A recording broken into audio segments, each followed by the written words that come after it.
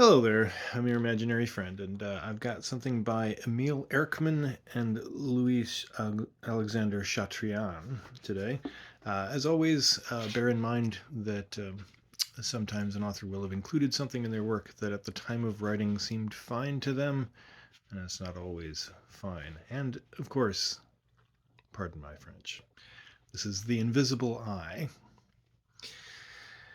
When I first started my career as an artist, I took a room in the roof loft of an old house in the Rue de Minnesingers at Nuremberg. I'd made my nest in an angle of the roof. The slates served me for walls, and the roof tree for a ceiling.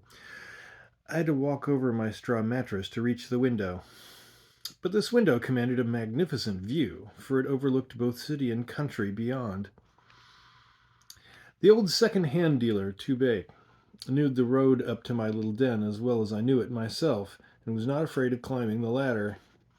Every week his goat's head, surmounted by a rusty wig, pushed up the trapdoor. His fingers clutched to the edge of the floor, and in a noisy tone he cried, "Well, well, Master Christian, have we anything new?" To which I answered, "Come in. Why the deuce don't you come in? I'm just finishing a little landscape, and want to have your opinion of it." Then his long, thin spine lengthened itself out until his head touched the roof, and the old fellow laughed silently. I must do justice to Toubé. He never bargained with me. He bought all my pictures at 15 florins apiece, one with the other, and sold them again at 40. He was an honest Jew. This kind of existence was beginning to please me, and I was every day finding in it some new charm, when the city of Nuremberg was agitated by a strange and mysterious event. Not far from my garret window, a little to the left, rose the auberge of the Bourgras, an old inn much frequented by the country people. The gable of this auberge was conspicuous for the peculiarity of its form. It was very narrow, sharply pointed, and its edges were cut like the teeth of a saw. Grotesque carvings ornamented the cornices and framework of its windows, but what was more remarkable was that the house which faced it reproduced exactly the same carvings and ornaments. Every detail had been minutely copied, even to the support of the signboard with its iron volutes and spirals.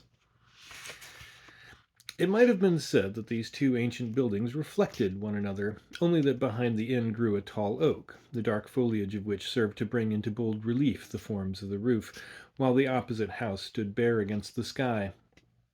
For the rest, the inn was as noisy and animated as the other house was silent.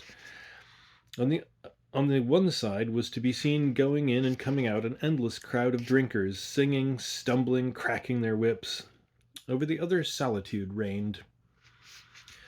Once or twice a day the heavy door of the silent house opened to give egress to a little old woman, her back bent into a half circle, her chin long and pointed, her dress clinging to her limbs, an enormous basket under her arm, and one hand tightly clutched upon her chest. This old woman's appearance had struck me more than once.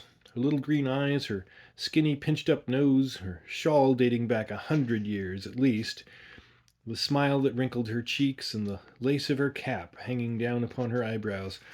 All this appeared strange, interested me, and made me strongly desire to learn who this old woman was, and what she did in her great lonely house. I imagined her as passing there an existence devoted to good works and pious meditation. But one day, when I had stopped in the street to look at her, she turned sharply round and darted at me a look of the horrible expression of which I know not how to describe, and made 3 or 4 hideous grimaces at me. Then, dropping again her doddering head, she drew her large shawl about her, and the ends of which trailed after her on the ground, and slowly entered her heavy door. "That's an old madwoman," I said to myself, "a malicious, cunning old madwoman. I ought not to have allowed myself to be so interested in her. But I'll try and recall her abominable grimace. Toubé will give me 15 florins for it willingly." This way of treating the matter was far from satisfying my mind, however. The old woman's horrible glance pursued me everywhere, and more than once, while scaling the perpendicular ladder of my lodging-hole, Feeling my clothes caught in a nail, I trembled from head to foot, believing that the old woman had seized me by the tails of my coat for the purpose of pulling me down backwards. Tubé, to whom I related the story, far from laughing at it, received it with a serious air. "Master Christian," he said, "if the old woman means you harm, take care. Her teeth are small, sharp-pointed, and wonderfully white, which is not natural at her age. She has the evil eye. Children run away at her approach, and the people of Nuremberg call her Fledermause." I admired the Jew's clear-sightedness, and what he had told me made me reflect a good deal. But at the end of a few weeks, having often met Fledermause without harmful consequences, my fears died away, and I thought no more of her. One night, when I was lying sound asleep, I was awoken by a strange harmony.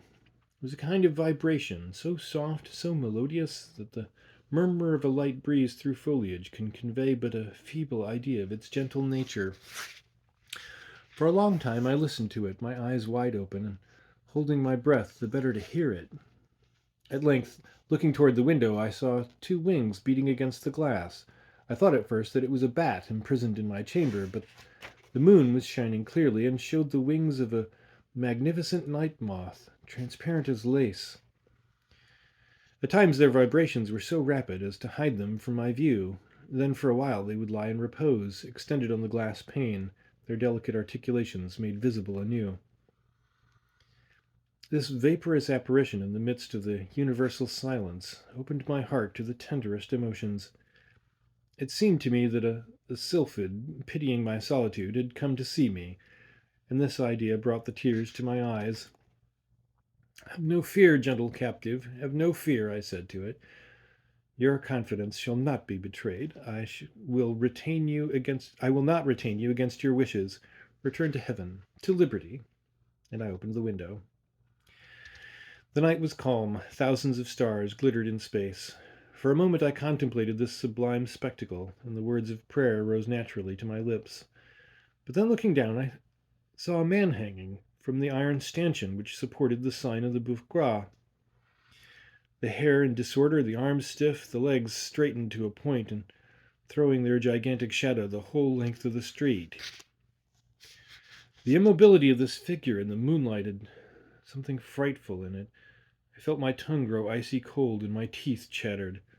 I was about to utter a cry, but by what mysterious attraction I know not, my eyes were drawn toward the opposite house, and there I dimly distinguished the old woman, in the midst of the heavy shadow, squatting at her window and contemplating the hanging body with diabolical satisfaction. I became giddy with terror. My strength deserted me, and I fell down into a heap, insensible. I do not know how long I lay unconscious. On coming to myself, I found it was broad day. Mingled and confused noises rose from the street below. I looked out from my window. The burgomaster and his secretary were standing at the door of the Boeuf Gras. They remained there a long time. People came and went, stopped to look, then passed on their way. At length a stretcher on which lay a body covered with a woolen cloth was brought out and carried away by two men. Then everyone else disappeared. The window in front of the house remained open still. A fragment of rope dangled from the iron support of the signboard. I had not dreamed. I had really seen the night moth on my window pane, then the suspended body, then the old woman. In the course of that day, Tubé paid me his weekly visit. "Anything to sell, Master Christian?" he cried. I did not hear him. I was seated on my only chair, my hands upon my knees, my eyes fixed on vacancy before me. Tubé, surprised at my immobility, repeated in a louder tone, "Master Christian! Master Christian!" Then, stepping up to me, tapped me smartly on the shoulder. "What's the matter? What's the matter? Are you ill?" he asked. "No. I was thinking." "What the deuce about?" "The man who was hung." "Ah!" cried the old broker. "You saw the poor fellow, eh? What a strange affair. The third in the same place." "The third?" "Yes, the third. I ought to have told you about it before, but there's still time, for there's sure to be a fourth. following the example of the others, the first step only making the difficulty. This said, Toubé seated himself on a box and lit his pipe with a thoughtful air. I'm not timid, said he, but if anyone were to ask me to sleep in that room, I'd rather go and hang myself somewhere else. 9 or 10 months back, he continued, a wholesale furrier from Tübingen put up at the Boeuf Gras. He called for supper, ate well, drank well, and was shown up to bed in the room on the 3rd floor, which they call the Green Chamber. The next day they found him hanging from the stanchion of the sign. So much for number 1, about which there was nothing to be said. A proper report of the affair was drawn up and the body of the stranger buried at the bottom of the garden. But about 6 weeks afterwards came a soldier from Neustadt. He had his discharge and was congratulating himself on his return to his village. All the evening he did nothing but empty mugs of wine and talk of his cousin who was waiting his return to marry him. At last they put him to bed in the Green Chamber, and the same night the watchman passing along the Rue de Minnesangers noticed something hanging from the signboard stanchion. He raised his lantern. It was the soldier, with his discharge papers in a tin box hanging on his left thigh, and his hands planted smoothly on the outer seams of his trousers, as if he'd been on parade. It was certainly an extraordinary affair. The burgomaster declared it was the work of the devil. The chamber was examined. They replastered its walls. A notice of the death was sent to Neustadt, on the margin of which the clerk wrote, "Died suddenly of apoplexy." All Nuremberg was indignant against the landlord of the Boeuf Gras, and wished to compel him to take down the iron stanchion of his signboard on the pretext that it put dangerous ideas in people's heads. But you may easily imagine that old Nickel Schmidt didn't listen with the ear on that side of his head. That stanchion was put there by my grandfather, he said. The sign of the Boeuf Gras has hung on it from father to son for 150 years. It does nobody any harm. It's more than 30 feet up. Those who don't like it have only to look another way. People's excitement gradually cooled down, and for several months nothing happened. Unfortunately, a student from Heidelberg on his way to the university came to the Boeuf Gras and asked for a bed. He was the son of a pastor. Who would suppose that the son of a pastor would take into his head the idea of hanging himself to the stanchion of a public house sign, because a furrier and a soldier had hung themselves there before him? It must be confessed, Master Christian, that the thing was not very probable. It would not have appeared more likely to you than it did to me. Well, enough, enough, I cried. It was a horrible affair. I feel sure there is some frightful mystery at the bottom of it. It is neither the stanchion nor the chamber. You don't mean you suspect the landlord? As honest a man as there is in the world, and belonging to one of the oldest families in Nuremberg? Oh, no. No, heaven keep me from forming unjust suspicions of anyone. But there are abysses into the depths of which one dares not look.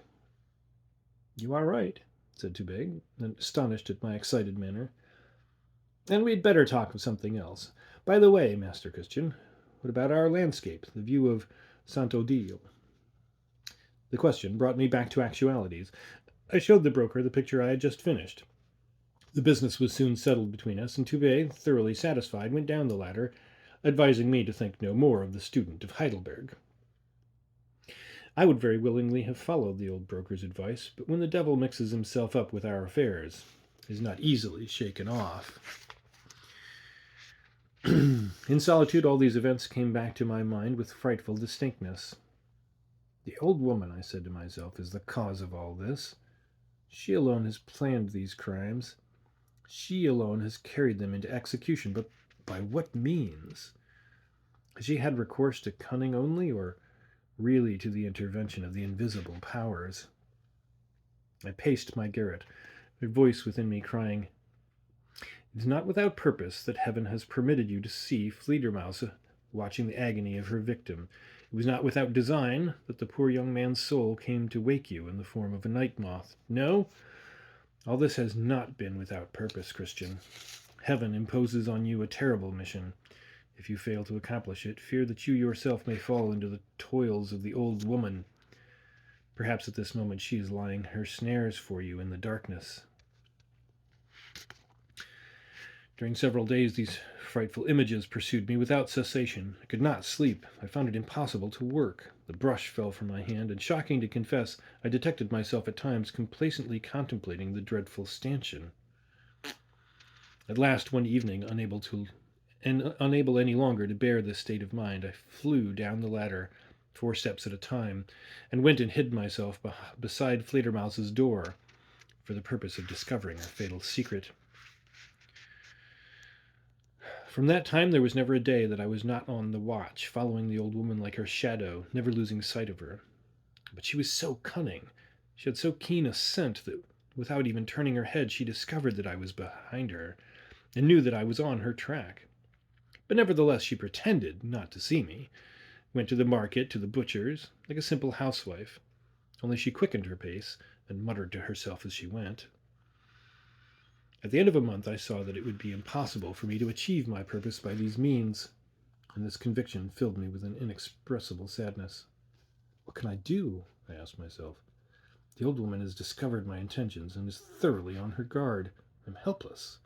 The old wretch already thinks she sees me at the end of a cord. At length, from repeating to myself again and again the question, what can I do? A luminous idea presented itself to my mind. My chamber overlooked the house of Fledermaus, but it had no dormer window on that side. I carefully raised one of the slates of my roof, and the delight I felt on discovering that by this means I could command a view of the entire antique building can hardly be imagined.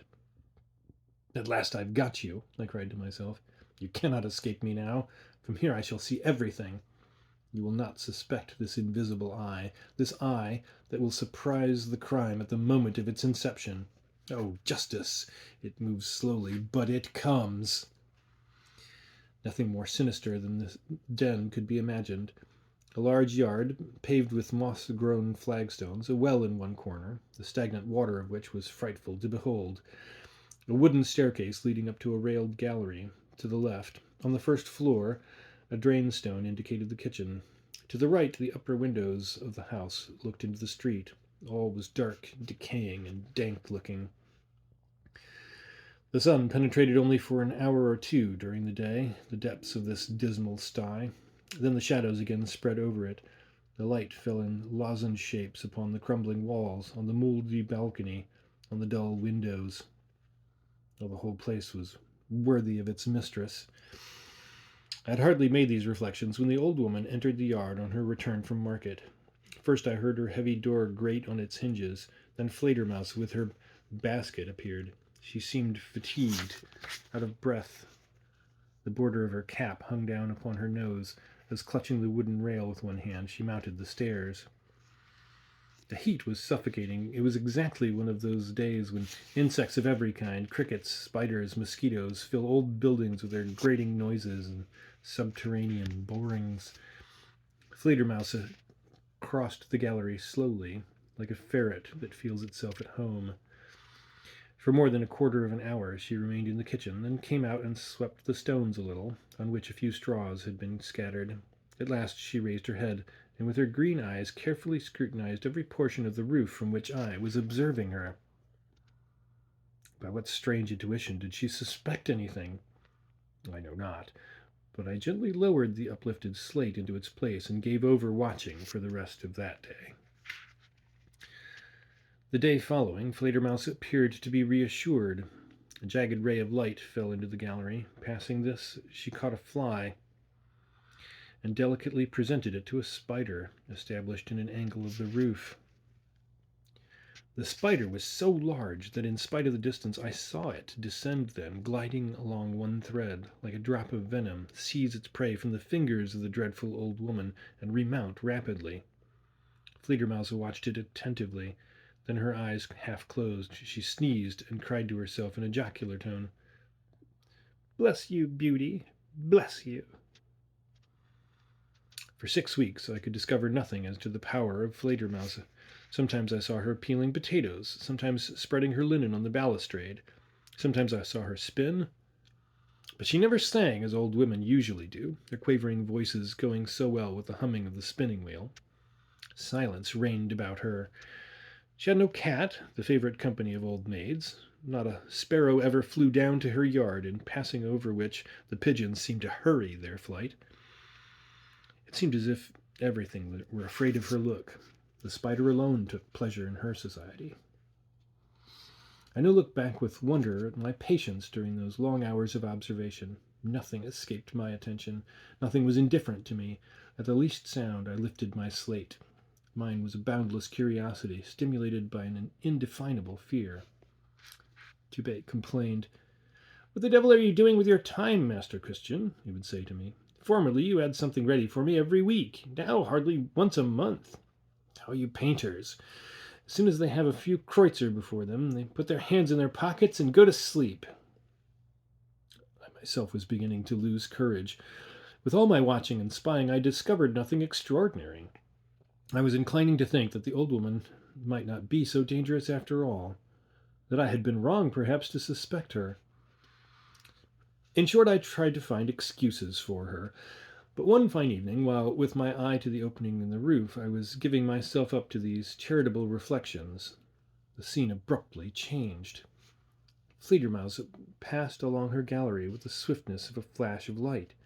She was no longer herself. She was erect, her jaws knit, her look fixed, her neck extended. She moved with long strides, her gray hair streaming behind her. Oh, I said to myself, something is going on. But the shadows of night descended on the big house, the noises of the town died out, and all became silent. I was about to seek my bed when, happening to look out of my skylight, I saw a light in the window of the green chamber at the Beaufroid. A traveler was occupying that terrible room. All my fears were instantly revived. The old woman's excitement explained itself. She scented another victim. I could not sleep at all that night. The rustling of the straw of my mattress, the nibbling of a mouse under the floor, sent a chill through me. I rose and looked out of my window. I listened. The light I had seen was no longer visible in the green chamber. During one of these moments of poignant anxiety, whether the result of illusion or reality, I fancied I could discern the figure of the old witch, likewise watching and listening.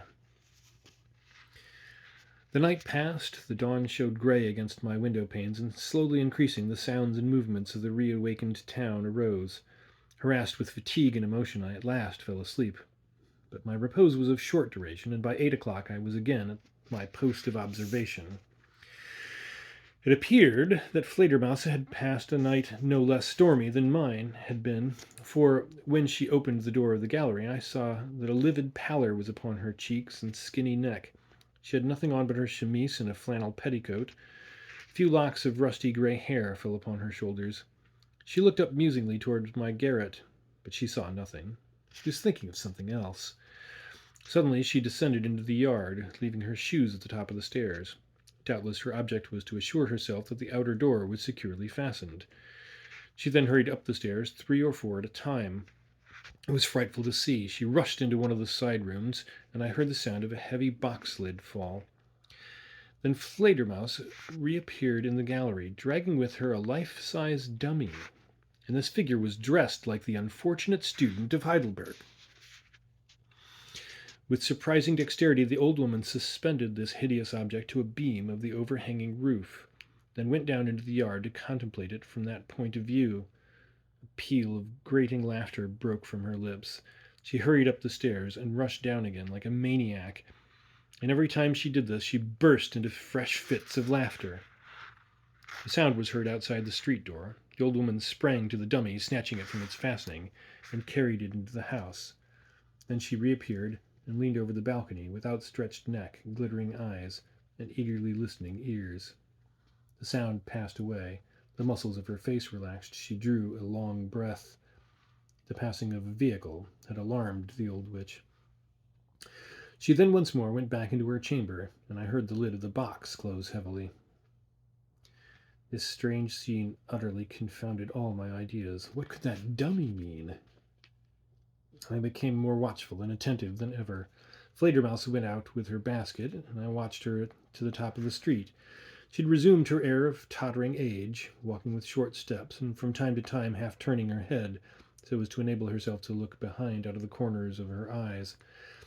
For 5 long hours she remained abroad, while I went and came from my spying place incessantly, meditating all the while, the sun heating the slates above my head till my brain was almost scorched.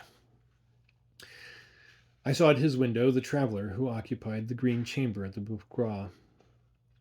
He was a peasant of Nassau, wearing a 3-cornered hat, a scarlet waistcoat, and having a broad, laughing countenance. He was tranquilly smoking his pipe, unsuspicious of anything wrong. About 2 o'clock, Fledermaus came back. The sound of her door opening echoed to the end of the passage. Presently she appeared alone, quite alone, in the yard, and seated herself on the lowest step of the gallery stairs. She placed her basket at her feet and drew from it first several bunches of herbs, then some vegetables, then a 3-cornered hat, a scarlet velvet waistcoat, a pair of plush breeches, and a pair of thick worsted stockings, the complete costume of a peasant of Nassau. I reeled with giddiness. Flames passed before my eyes.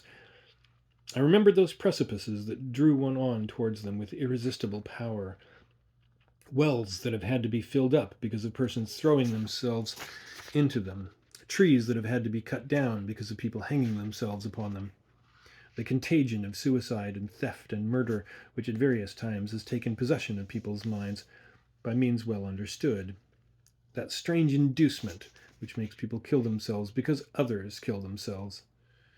My hair rose upon my head with horror. But how could this Fledermaus, a creature so mean and wretched, have made discovery of so profound a law of nature? How had she found the means of turning it to the use of her sanguinary instincts? This I could neither understand nor imagine. Without more reflection, however, I resolved to turn the fatal law against her, and by its power to drag her into her own snare. So many innocent victims called out for vengeance. I hurried to all the old clothes dealers in Nuremberg, and by the evening I arrived at the Bourgeois with an enormous parcel under my arm. Nickel Schmidt had long known me. I'd painted the portrait of his wife, a fat and comely dame. "Master Christian," he cried, shaking me by the hand, "to what happy circumstance do I owe the pleasure of this visit?" "My dear Mr. Schmidt, I feel a very strong desire to pass the night in that room of yours up yonder." We were on the doorstep of the inn, and I pointed up to the green chamber. The good fellow looked suspiciously at me. "Oh, don't be afraid," I said. "I've no desire to hang myself." "I'm glad of it. Glad of it, for frankly I should be sorry, an artist of your talent. When do you want the room, Master Christian?" "Tonight." "Well, that's impossible. It's occupied." "The gentleman can have it if he likes," said a voice behind us. "I shan't stay in it." We turned in surprise. It was the peasant of Nassau, his large 3-cornered hat pressed down upon the back of his neck, and his bundle at the end of his travelling stick. He'd learned the story of the 3 travelers who had hung themselves. "Such chambers!" he cried, stammering with terror. It's murdering people to put them into such. You deserve to be sent to the galleys." Come, calm yourself," said the landlord. "You slept there comfortably enough last night." "Thank heaven, I said my prayers before going to rest, or where should I be now?" And he hurried away, raising his hands to heaven. "Well," said Master Schmidt, stupefied, "the chamber is empty, but don't go into it to do me an ill turn." "I might be doing myself a much worse one," I replied. Giving my parcel to the servant girl, I went and seated myself among the guests who were drinking and smoking. For a long time I had not felt more calm, more happy to be in the world. After so much anxiety, I saw approaching my end. The horizon seemed to grow lighter.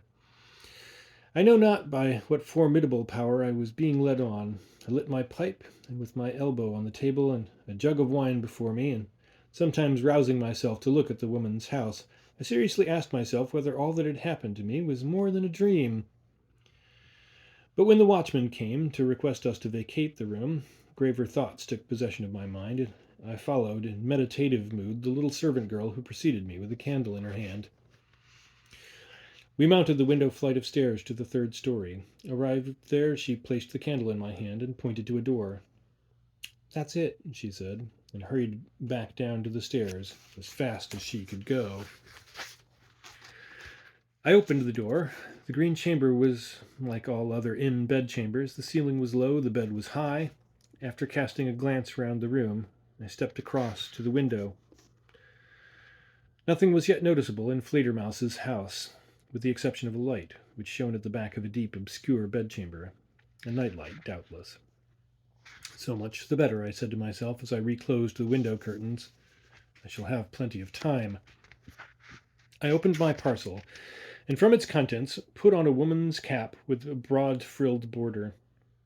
Then with a piece of pointed charcoal in front of the glass, I marked my forehead with a number of wrinkles. This took me a full hour to do, but after I had put on a gown and a large shawl, I was afraid of myself. Fledermaus herself was looking at me from the depths of the glass. At that moment the watchman announced the hour of 11. I rapidly dressed the dummy I had brought with me, like the one prepared by the old witch. I then drew apart the window curtains.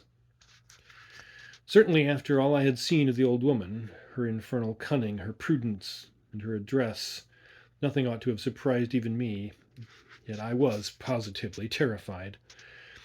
The light, which I had observed at the back of her room, now cast its yellow rays on her dummy, dressed like the peasant of Nassau, which sat huddled up on the side of the bed, its head dropped upon its chest, the large 3-cornered hat drawn down over its features, its arms pendant by its sides, and its whole attitude that of a person plunged in despair.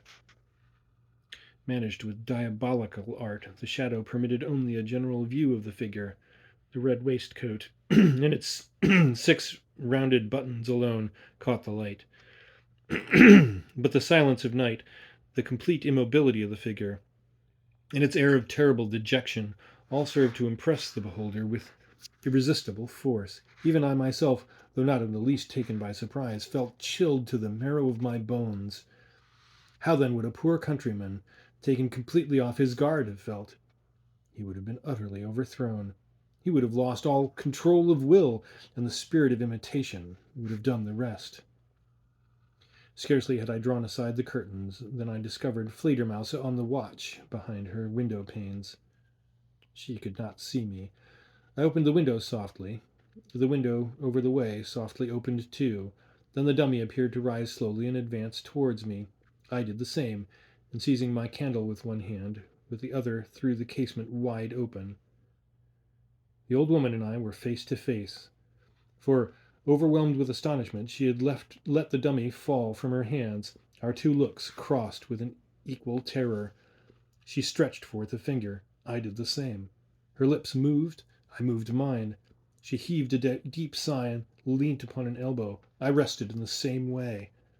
How frightful the enacting of this scene was, I cannot describe. It was made up of delirium, bewilderment, madness. It was a struggle between 2 wills, 2 intelligences, 2 souls, one of which sought to crush the other. And in this struggle I had the advantage. The dead were on my side. After having for some seconds imitated all the movements of Fledermaus, I drew a cord from the folds of my petticoat and tied it to the iron stanchion of the signboard. The old woman watched me with open mouth. I passed the cord round my neck. Her tawny eyeballs glittered. Her features became convulsed. "No, no," she cried, in a hissing tone. "No!" I proceeded with the impassibility of a hangman. Then Fledermaus was seized with rage. "You're mad! You're mad!" she cried, springing up and clutching wildly at the sill of the window. "You're mad!" I gave her no time to continue. Suddenly, blowing out my light, I stooped like a man preparing to make a vigorous spring, and seizing my dummy, slipped the cord about its neck and hurled it into the air. A terrible shriek resounded through the street. Then all was silent again. Perspiration bathed my forehead. I listened a long time. At the end of an hour I heard far off, very far off, the cry of the watchman, announcing that midnight had struck. Justice is at last done, I murmured to myself. The 3 victims are avenged. Heaven forgive me. I saw the old witch, drawn by the likeness of herself, a cord about her neck, hanging from the iron stanchion projecting from her house. I saw the thrill of death run through her limbs, and the moon, calm and silent, rose above the edge of the roof and shed its cold, pale rays upon her disheveled head. As I had seen the poor young student of Heidelberg, I now saw Fledermauser. The next day all Nuremberg knew that the bat had hung herself. It was the last event of the kind in the Rue de Minnesänger.